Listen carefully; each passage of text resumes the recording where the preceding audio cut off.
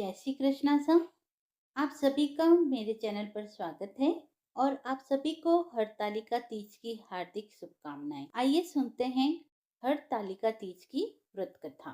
सनातन धर्म में कई महत्वपूर्ण पर्व मनाए जाते हैं। इनमें से एक हरतालिका तीज का त्योहार भी है। पंचांग के अनुसार हर वर्ष भाद्रपद माह के शुक्ल पक्ष की तृतीया तिथि को हरतालिका तीज का त्योहार बेहद उत्साह के साथ मनाया जाता है। यह व्रत शिव शक्ति को समर्पित है। इस दिन विवाहित महिलाएं पति की लंबी आयु और अखंड सौभाग्य के लिए व्रत रखती है। इस व्रत को करने से विवाहित महिलाओं के सुख और सौभाग्य में वृद्धि होती है। हरतालिका तीज की कथा। भगवान शिव ने कहा, हे गौरी, पर्वतराज हिमालय पर गंगा के तट पर तुमने अपनी बाल्य अवस्था में अधोमुखी होकर घोर तप किया था। इस अवधि में तुमने अन्न न खाकर केवल हवा का ही सेवन किया तथा साथ ही सूखे पत्ते चबाए। माघ की शीतलता में तुमने निरंतर जल में प्रवेश कर तप किया था। वैसाख की जला देने वाली गर्मी में पंचाग्नि से शरीर को तपाया। श्रावण की मूसलाधार वर्षा में खुले आसमान के नीचे बिना अन्न जल ग्रहण किए समय व्यतीत किया। तुम्हारी इस कष्टदायक तपस्या को देखकर तुम्हारे पिता बहुत दुखी और नाराज होते थे। तब एक दिन तुम्हारी तपस्या और पिता की नाराजगी को देखकर नारद जी तुम्हारे घर पधारे। तुम्हारे पिता द्वारा आने का कारण पूछने पर नारद जी बोले, हे गिरिराज, मैं भगवान विष्णु के भेजने पर यहाँ आया हूँ। आपकी कन्या की घोर तपस्या से प्रसन्न होकर वह उनसे विवाह करना चाहते हैं। इस बारे में मैं आपकी राय जानने आया हूँ। नारद जी की बात सुनकर पर्वतराज अति प्रसन्न हुए और बोले, श्रीमन, यदि स्वयं विष्णु जी मेरी कन्या का वरण करना चाहते हैं तो मुझे क्या आपत्ति हो सकती है। वे तो साक्षात ब्रह्म हैं। यह तो हर पिता की इच्छा होती है कि उसकी पुत्री सुख संपदा से युक्त पति के घर की लक्ष्मी बने। नारद जी तुम्हारे पिता की स्वीकृति पाकर विष्णु जी के पास गए और उन्हें विवाह तय होने का समाचार सुनाया। परंतु जब तुम्हें इस विवाह के बारे में पता चला तो तुम्हारे दुख का ठिकाना न रहा। तुम्हें इस प्रकार से दुखी देखकर तुम्हारी एक सहेली ने तुम्हारे दुख का कारण पूछा। तब तुमने बताया कि मैंने सच्चे मन से भगवान शिव का वरण किया है, किंतु मेरे पिता ने मेरा विवाह विष्णु जी के साथ तय कर दिया है। मैं विचित्र धर्म संकट में हूँ। अब मेरे पास प्राण त्याग देने के अलावा और कोई उपाय नहीं बचा। तुम्हारी सखी बहुत समझदार थी। उसने कहा, प्राण छोड़ने का यहाँ कारण ही क्या है। संकट के समय धैर्य से काम लेना चाहिए। नारी के जीवन की सार्थकता इसी में है कि जिसे मन से पति रूप में एक बार वरण कर लिया, जीवन पर्यंत उसी से निर्वाह करे।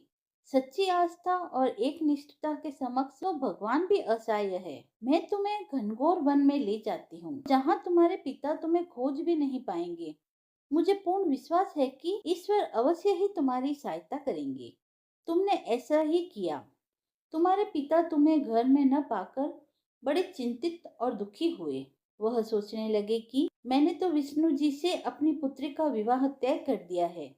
यदि भगवान बारात लेकर आ गए तो कन्या घर पर नहीं मिली तो बहुत अपमान हो जाएगा। ऐसा सोचकर पर्वतराज ने चारों ओर तुम्हारी खोज शुरू करवा दी। इधर तुम्हारी खोज होती रही, उधर तुम अपनी सहेली के साथ नदी के तट पर एक गुफा में मेरी आराधना में लीन रही।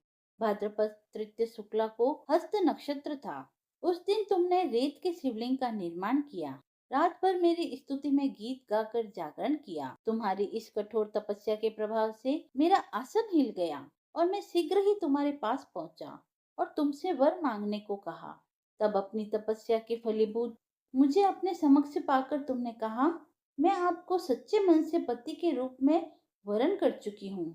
यदि आप सचमुच मेरी तपस्या से प्रसन्न हो यहाँ पधारे हैं तो मुझे अपनी अर्धांगिनी के रूप में स्वीकार कीजिए। तब तथास्तु कहकर मैं कैलाश पर्वत पर लौट आया। प्रातः होते ही तुमने पूजा की समस्त सामग्री नदी में प्रवाहित करके अपनी सखी सहित व्रत का वरण किया।